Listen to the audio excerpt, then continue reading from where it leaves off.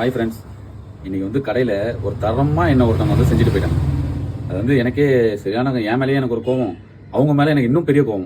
Customer வந்தாங்க, ஒரு 5 பேர் 4 பேர் வந்தாங்க, எல்லாருக்கும் கொடுத்துருந்தேன். இல்லை என்ன ஆயிடுச்சு, ஒரு 5 நிமிஷம் எனக்கு ரெஸ்ட் கிடச்சதுன்ட்டு நான் வந்து அரிசிக்கு எடுக்கிறதுக்காக காசு எண்ணிட்டு இருந்தேன். காசு எண்ணும் போது என்ன ஆயிடுச்சு, பாருங்கள் என் கையில் இருக்கிறது எல்லாமே 200 நோட்டு. ஓகேங்களா, நல்லா பாருங்கள் நோட்டை, எல்லாமே 200 தான் நான் கையில் வச்சுருக்கேன். இதே எண்ணிட்டு வரேன், இந்த நோட்டு வந்து கண்ணில் தென்புது.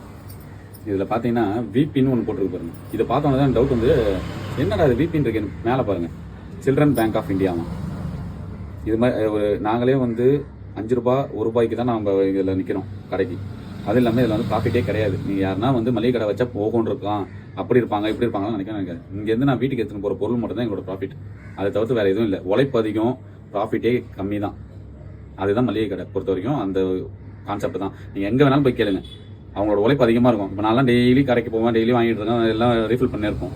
ஆனால் எங்களுக்கு அதில் என்ன கிடைக்கும், 1 ரூபா 2 ரூபா தான் கிடைக்கும். அது இன்னொரு பொருளுக்கு நாங்கள் திருப்பி ஜாமான் வாங்க போகணும். ஆனால் இந்த மாதிரி பண்ணால் இப்போ இதில் 200 ரூபாய் எனக்கு லாஸ். இந்த 200 ரூபா இருந்ததுன்னா நான் அரிசி மூட்டைக்கு இப்போ எனக்கு 200 ரூபாய் இடிக்கும்.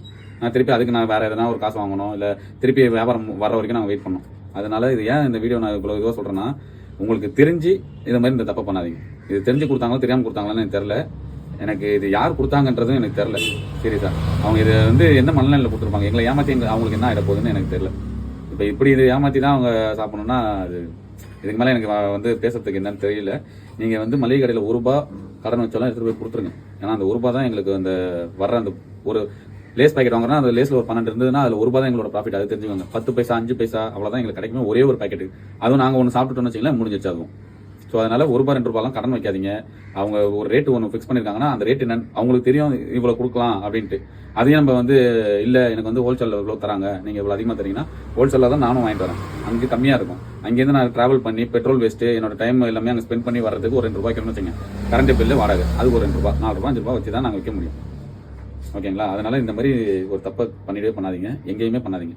காசாக இருக்கும், அது சாப்பாடாக இருக்கட்டும், இல்லை பொருள் வாங்குறதா இருக்கட்டும், எங்கேயுமே வந்து நம்ம வந்து ஏமாற்றி ஒரு இடத்துல பண்ணோம்னா நம்மள ஒருத்தன் பின்னாடி ஏமாற்றிட்டு இருப்பாங்க.